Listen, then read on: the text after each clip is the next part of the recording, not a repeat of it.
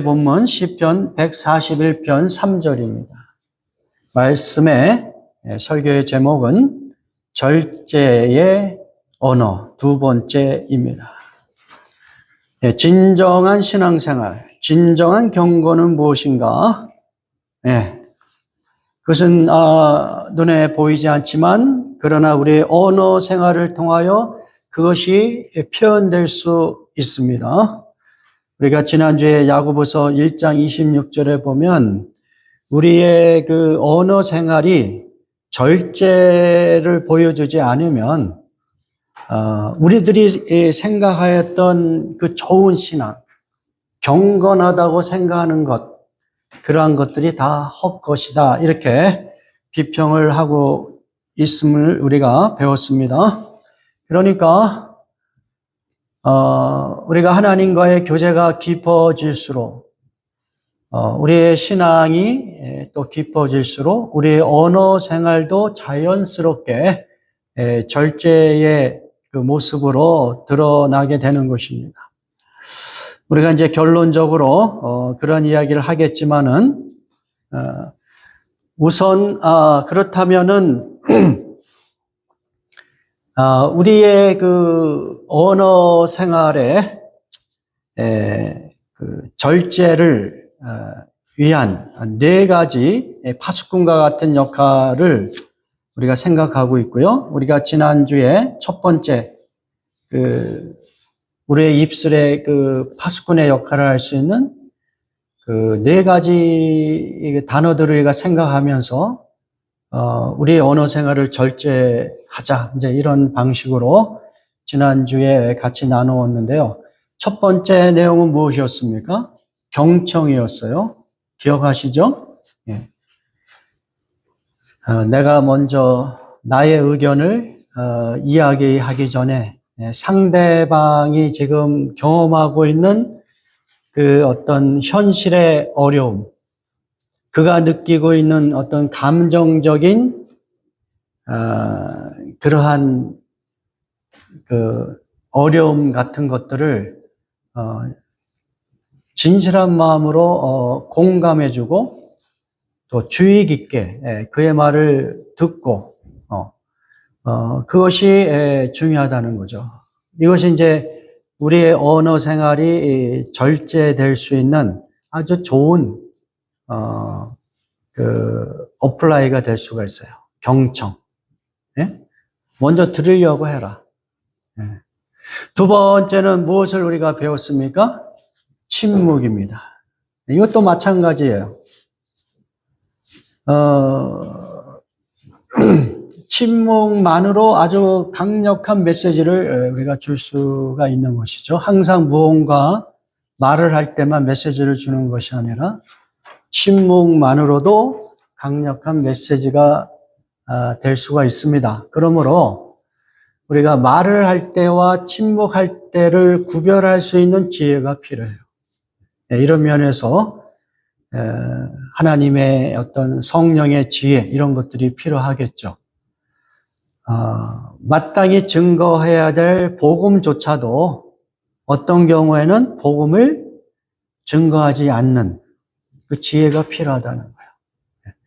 때를 얻든지 못 얻든지 기회를 온전히 살려서 복음을 증거해야 되는 그런 그 책임감들이 크리스찬들에게 있지만 그럼에도 불구하고 침묵할 때가 있다. 우리 예수님이 그것을 모범으로 잘 보여주신 것이죠. 그래서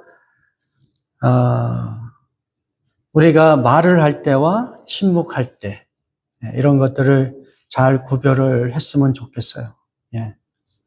이 두 가지 단어만 잘 기억해내고 적용만 해도 우리의 언어 생활에 절제의 어떤 큰 문지기 역할을, 파수꾼 역할을 하는 것이죠.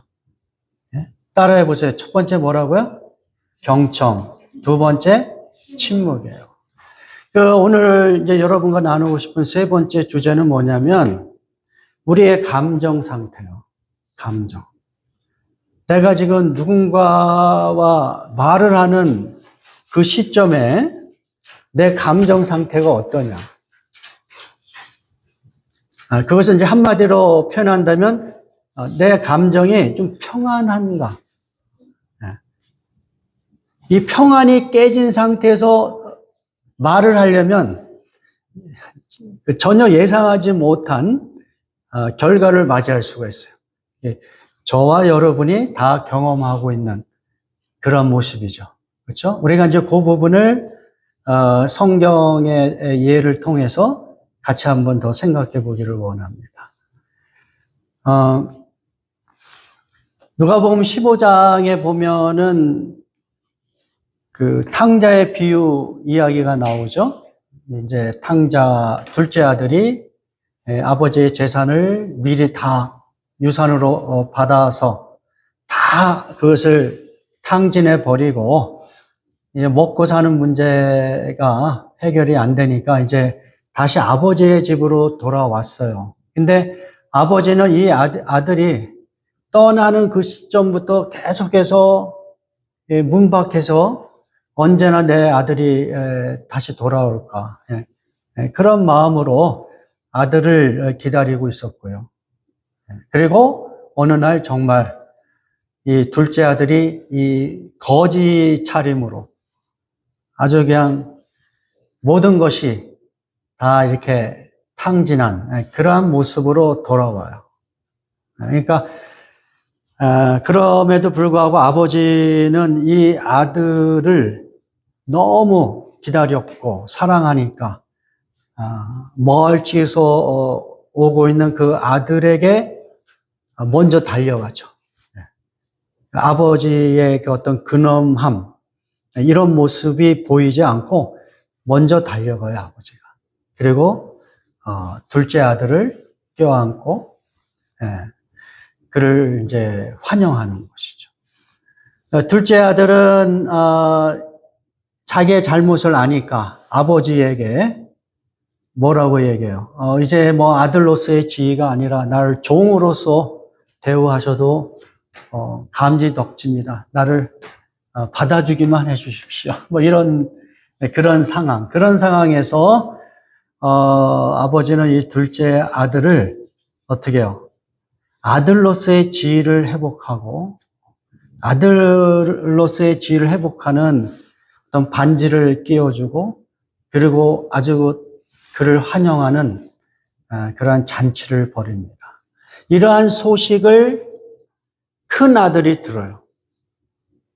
이 큰 아들이 이제 그것을 듣고 그리고 이제 그 잔치를 벌이고 있는 집으로 이제 들어가는 그런 시점에서 이 큰 아들이 아버지에게 이렇게 이야기합니다. 그것을 우리가 같이 봉독하겠습니다. 누가복음 15장 28절에서 30절. 큰 아들은 화가 나서 집으로 들어가려고 하지 않았다. 아버지가 나와서 그를 달랬으나 그는 아버지에게 말하였다. 나는 이렇게 여러 해를 두고 아버지를 섬기고 있고 아버지의 명령을 한 번도 어긴 일이 없는데 내게는 친구들과 함께 즐기라고 염소 새끼 한 마리도 주신 일이 없습니다. 그런데 창녀들과 어울려서 아버지의 재산을 다 삼켜버린 이 아들이 오니까 그를 위해서는 살찐 송아지를 잡으셨습니다. 그러니까 지금 아버지는 둘째 아들이 돌아와가지고 막 어떤 면에서 흥분한 상태죠. 그리고 너무 기쁜 거예요. 마음이 막 들떠 있어요. 큰 아들도 와서 이 어떤 자기의 마음에 동조해서 같이 기뻐하고 이 잔치를 더 흥겹게 할 수 있기를 기대했어요. 근데 큰 아들은 전혀 다른 방식으로 아버지의 그 어떤 부풀어오른 그 환영의 기쁨을 어떻게 해요? 완전히 사그라지게 만들어버려요. 그러니까 지금까지 큰 아들이 아버지를 향하여 느꼈던 그 부정적인 감정이 이 섞인 그러한 내용으로 아버지에게 막 그냥 토해내는 것이죠. 예? 내가 이렇게 여러 해 동안 아버지와 함께 열심히 아버지의 말을 듣고 일도 하고 그래서 아버지를 섬기고 있는데 그렇다고 해서 뭐 아버지는 나를 위해서 무슨 염소 새끼 한 마리 사준 적이 있습니까? 예? 예, 그런 일도 없는데 저렇게 창녀들과 어울려서 아버지의 재산을 다 탕진해버린 둘째 아들을 위해서 이렇게 화려한 잔치, 살찐 송아지를 잡으면서 그렇게 기뻐하시는 것, 그것이 정당합니까? 이렇게 이제 사그라들게 만드는 그런 부정적인 언어를 막 쏟아내는 것이죠. 지금 이 큰아들은 이 아버지의 마음을 어떻게 했어요? 매우 뭐랄까요? 기쁨을 잃어버리게 하고 그리고 내가 아버지가 지금까지 생각하였던 큰아들에 대한 좋은 감정. 야, 그래도 이 큰아들이라고 둘째 아들과 다르게 나와 함께 생활하면서 나를 떠나지 않고 이렇게 열심히 일을 해줘서 너무 고맙다. 이런 생각을 가지고 있었을 텐데 이러한 어떤 그동안의 그 좋은 감정들을 어떻게 해요? 다 그냥 부정하게 만드는 그런 대화가 오고 간 것이죠. 예. 그러니까 분명히 큰아들은 아버지의 마음을 아주 상하게 하고 실망스럽게 한 것이죠. 또 이 큰아들은 자기 이 동생에 대해서도 어떤 좋은 감정이 하나도 없는 거야. 이 아버지의 한 이야기를 들어보면 좋은 감정이 하나도 없어요. 그러니까 뭐라 그랬어요? 아버지의 재산을 다 삼켜버린 이 아들이 오니까. 자기 동생인데 거지같이 하고 왔지만 그래도 자기 동생인데 그 동생에 대한 어떤 애틋한 마음, 그동안 얼마나 고생 많이 했을까 뭐 이런 감정이 여기에 하나도 안 섞여 있어. 이 동생은 더 이상 혈육이 아니야. 그냥 아버지와 관계된 제3자야. 자기하고는 이제 더 이상 인연이 없는 존재. 그 표현이 뭡니까? 이 아들이 오니까. 그러니까 이 대화를 하는데 큰아들은 아버지의 마음을 상하게 하고 그리고 자기 동생에 대해서도 전혀 어떤 그 감정이 이입되지 않은 나와 관계없는 존재. 그러한 존재로서 대화를 하는 것이죠. 그러니까 같은 말이라도 사람의 마음을 아주 뭐랄까요? 즐겁게 하고 기쁘게 하고 부여하게 하는 말이 있고 그리고 그 어떤 관계를 더 깊게 만드는 그런 대화가 있는데 지금 큰아들은 전혀 다른 정반대의 대화를 하고 있는 거예요. 자, 그러면 이 아들이 무엇이냐? 원인이 무엇이냐?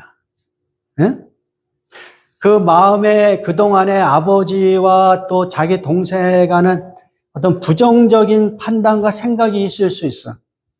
그러나 그것을 표현하지 않고 잘 간직하고 그리고 적정한 때에 그것을 표현할 수도 있었는데 이 잔치가 벌어지고 분위기가 막 정말 어떤 흥겨운 아버지는 막 그냥 자식이 돌아와서 너무 즐거운 그런 분위기를 다 깨트려버리는 그런 말을 할 수밖에 없는 그런 그 원인이 무엇이냐? 여기 보면은 제가 볼 때 원인이 이것이다. 큰아들은 뭐예요? 화가 나서. 그러니까 이 말을 하기 전에 그 마음의 상태가 그 사람의 그 말을 생명력 있는 말을 할 수도 있고 아니면 다른 사람을 어떤 파괴시키는 그런 말을 할 수도 있는 것이다. 지금 이 큰아들은 이 감정 상태가 막 분노에 차 있는 거예요. 그리고 이 분노는 나름대로 어때요? 의로운 분노예요. 정당한 분노예요, 나름대로. 지금까지 잘 섬겼고, 나름대로 의로운 분노예요. 의로운 분노. 그렇지만 그 감정 상태가 어때요? 이 안에서 의로운 것이었지만 평화롭지 않으니까 그 상태에서 어떤 말을 할 때에는 자기가 가장 사랑하는 사람들의 마음을 어떻게 해요? 아프게 하고 또 그 릴레이션십을 깨트리게 될 수 있는 것이죠. 우리가 설명 안 해도 우리가 그런 경험을 많이 하고 있습니다. 그렇지 않습니까? 부부 관계에서 또 자녀와의 관계에서도 그 말하는 시점에 내 마음이 평화가 깨져 있을 때는 정말 조심해야 될 것 같아요. 이 안에서 막 어떤 일인지 모르지만 이 평화가 없어. 마음이 막 조급하고 긴장 상태에 있어. 이런 상태에서 사랑하는 사람하고 대화하려면 위험합니다. 제가 볼 때 저의 경험으로 그렇고 그럴 때는 차라리 어때요? 평화를 안정된 그런 감정 상태가 될 때까지 좀 기다리는 것이 필요하다. 그래서 우리 입술에 파수꾼을 두는 어떤 아주 좋은 그 적용은 무엇이냐면 내 감정을 살펴보는 거예요. 내 감정이 지금 안정적이고 평화로운가.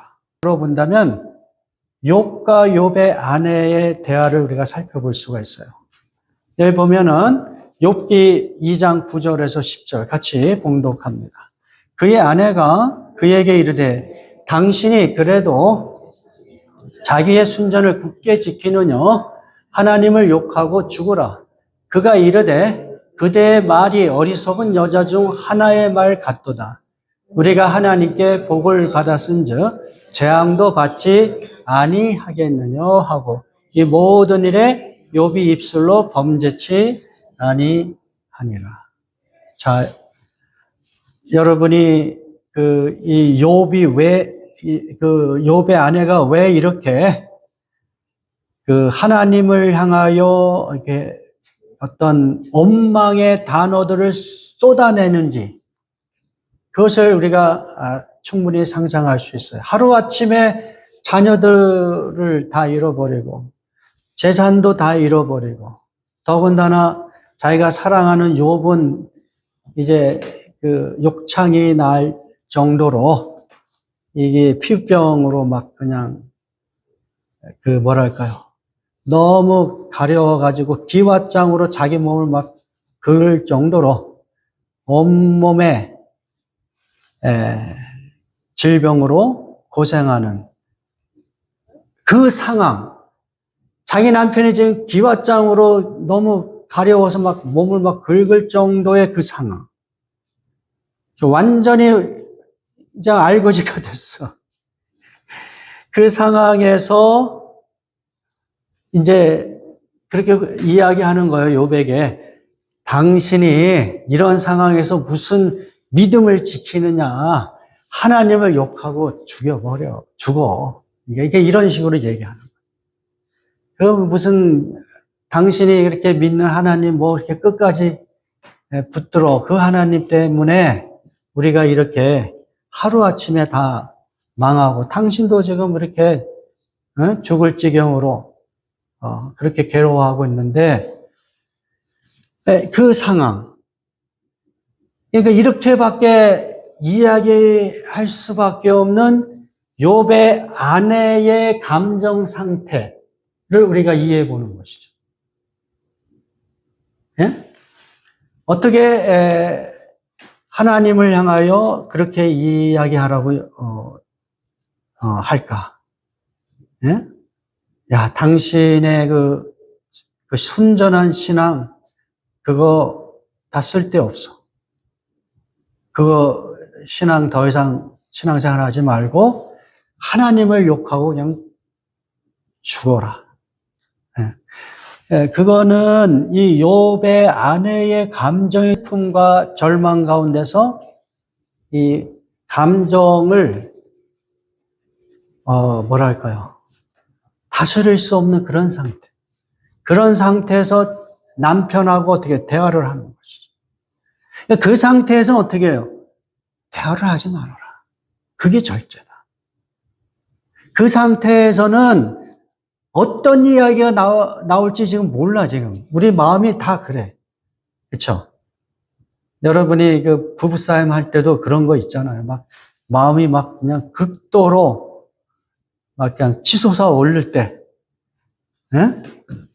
막 그냥 억울하기도 하고, 그리고 실망도 크고, 막 그런 분위기에서 대화를 계속하는 게 좋겠냐, 이거냐, 제가 볼 때는.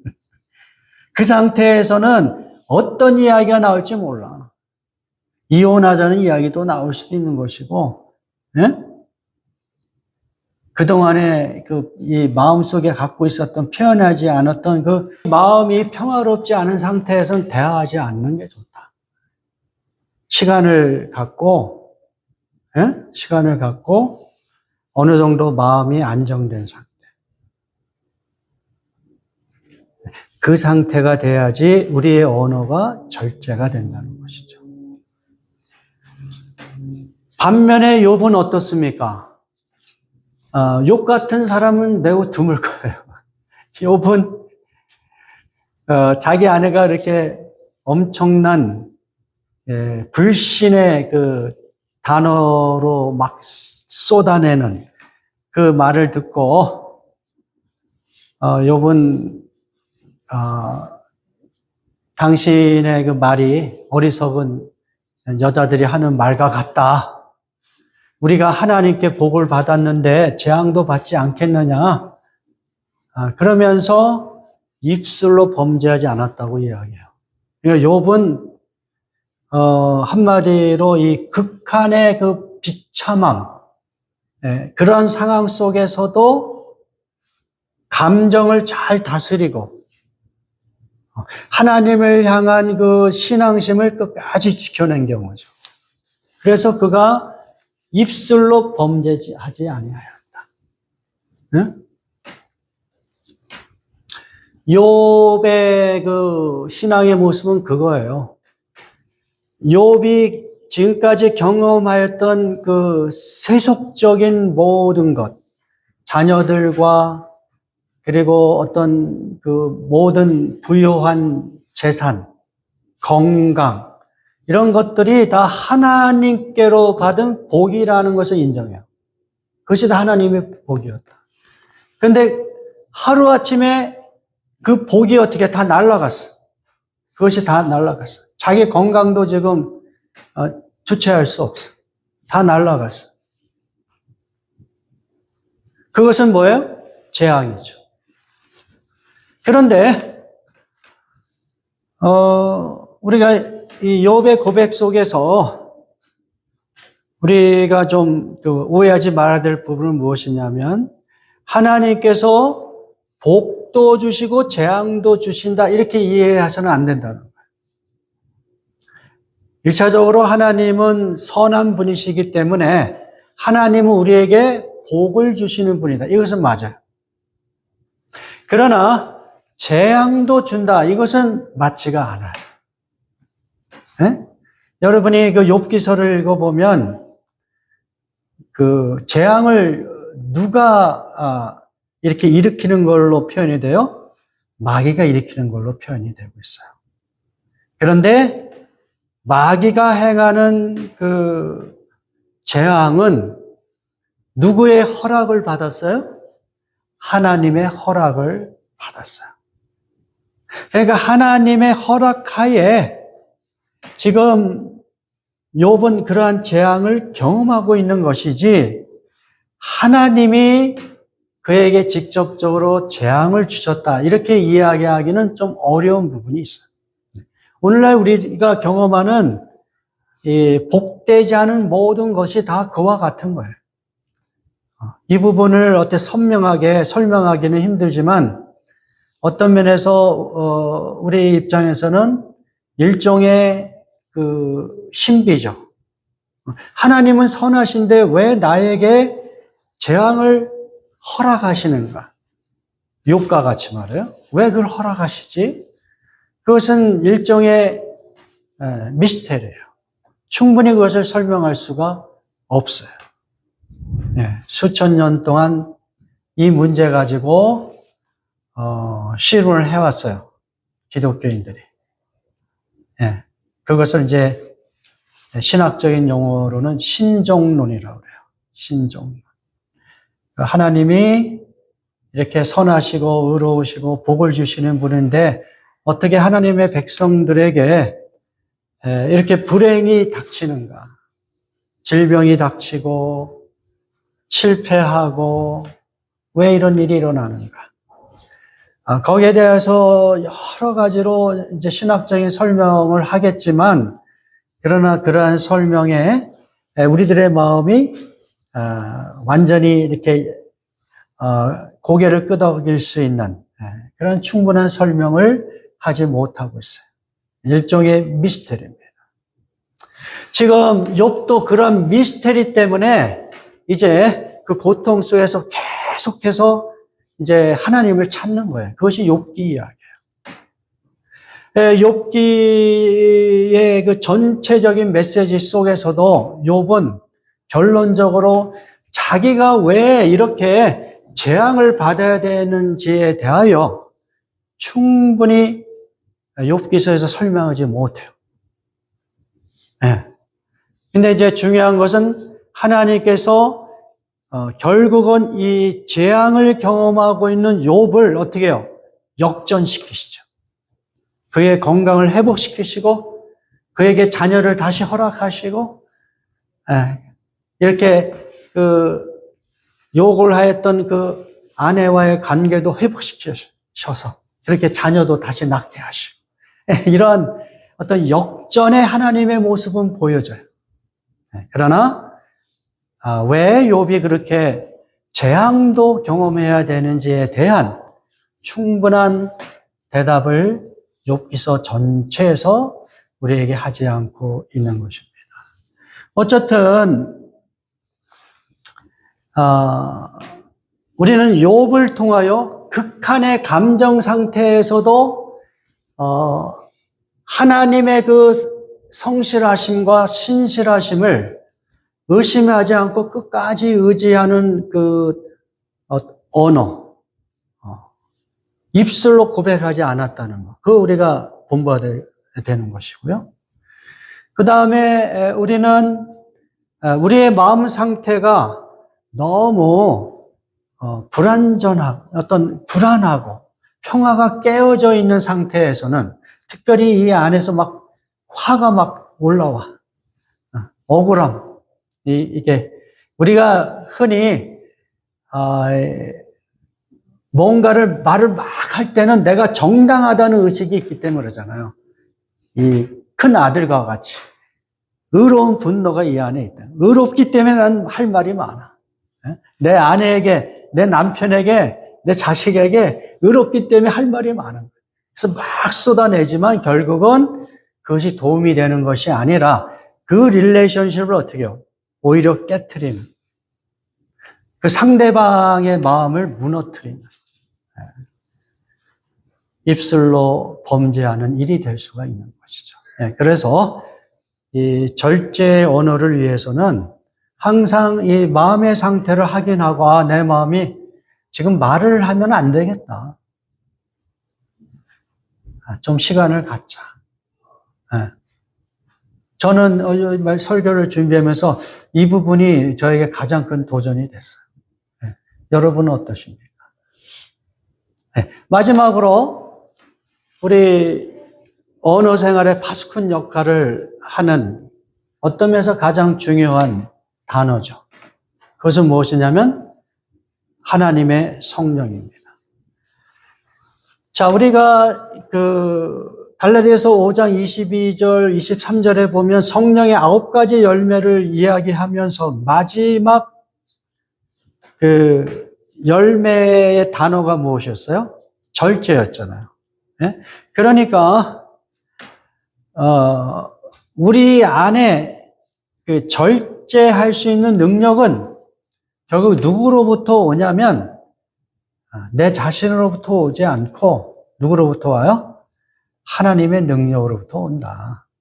그 이야기를 하는 거예요.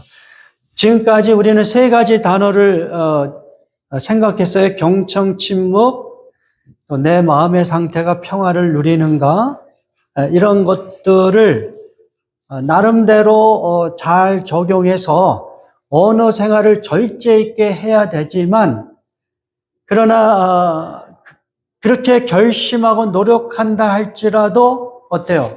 한계가 있죠. 이 단어들을, 이 세 가지 단어들을 기억하면서 막 애를 쓴다 할지라도 한계가 있어요.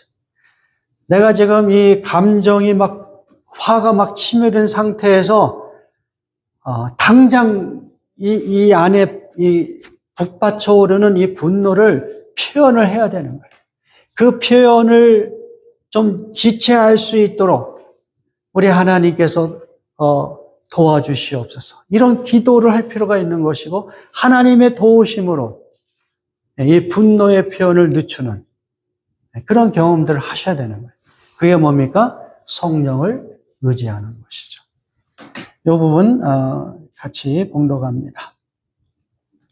마태복음 10장 19절에서 20절. 그러나 그들이 너희를 법정에 넘길 때 무엇을 어떻게 말할까 걱정하지 말아라. 그때 너희가 할 말을 일러 주실 것이다. 이때 말하는 이는 너희가 아니라 너희 속에서 말씀하시는 너희 아버지의 성령이시다. 예. 마태복음 10장에서는 예수님께서 12제자를 세우시면서 제자들이 세상 속에서 복음을 증거하다가 고난을 경험할 수도 있는 그런 어떤 상황들을 설명하시면서 그 이야기를 하는 거예요. 네. 복음을 증거하다 법정에 넘겨질 때에 어떻게 하냐? 걱정하지 말아라. 너희가 할 말을 성령께서 일러주실 것이다. 네? 실제로 성경을 보면 베드로 같은 경우도 이 복음을 증거하다 감옥에 갇힌 후에 그 법정 앞에서 사내들인 공회 앞에서 성령이 충만하여 담대하게 복음을 증거합니다.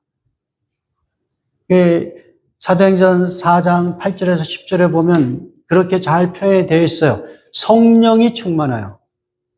그러니까 자기 능력과 힘이 아니었어요. 그 다음에 스데반 같은 경우도 복음을 증거하다가 돌에 맞아 죽어가는 순간에도 성령이 충만하여 돌을 던진 사람들을 축복하면서 죽어가요. 네? 사도행전 7장 60절을 제가 읽어보면 무릎을 꿇고 크게 불러 이르되 주여 이 죄를 그들에게 돌리지 마옵소서. 이 말을 하고 자니라 이렇게 되어 있어요. 어떻게 이게 가능할까요? 자기를 돌로 쳐 죽이는 그 사람들 앞에서 죽어가는데 스데반은 그들을 저주하는 게 아니라 그들을 축복해요. 어떻게 가능한가? 성령이 충만해요.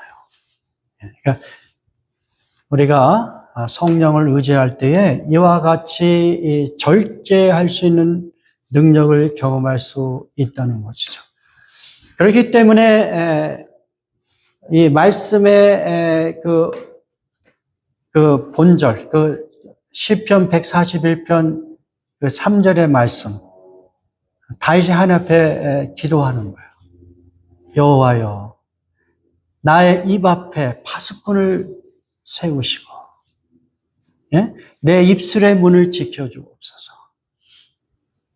자기 힘으로 할 수 없으니까 하나님의 도우심을 요청하잖아요. 오늘 우리도 언어 생활 속에서 얼마나 많이 사람들에게 상처 주고 아픔을 주고 어떤 경우에는 평생 이렇게 몸에 그 상처된 말을 품고 살아가도록 만드는, 입술로 범죄한 것이 얼마나 많이 있습니까? 예. 그러한 죄를 우리가 하나님 앞에 회개하면서 더 이상 그러한 언어 생활이 아니라 오히려 내가 사랑하는 아내와 남편과 자녀들에게 어떻게 축복의 말씀, 그들을 세워주는, 상처를 싸매어주는, 그들이 막 주저앉아 있을 때 막 용기를 주고 다시 일어설 수 있는 힘을 얻게 하는 그러한 언어 생활로 우리가 변화될 수 있기를 주님의 이름으로 축원합니다. 우리 다 같이 기도하겠습니다.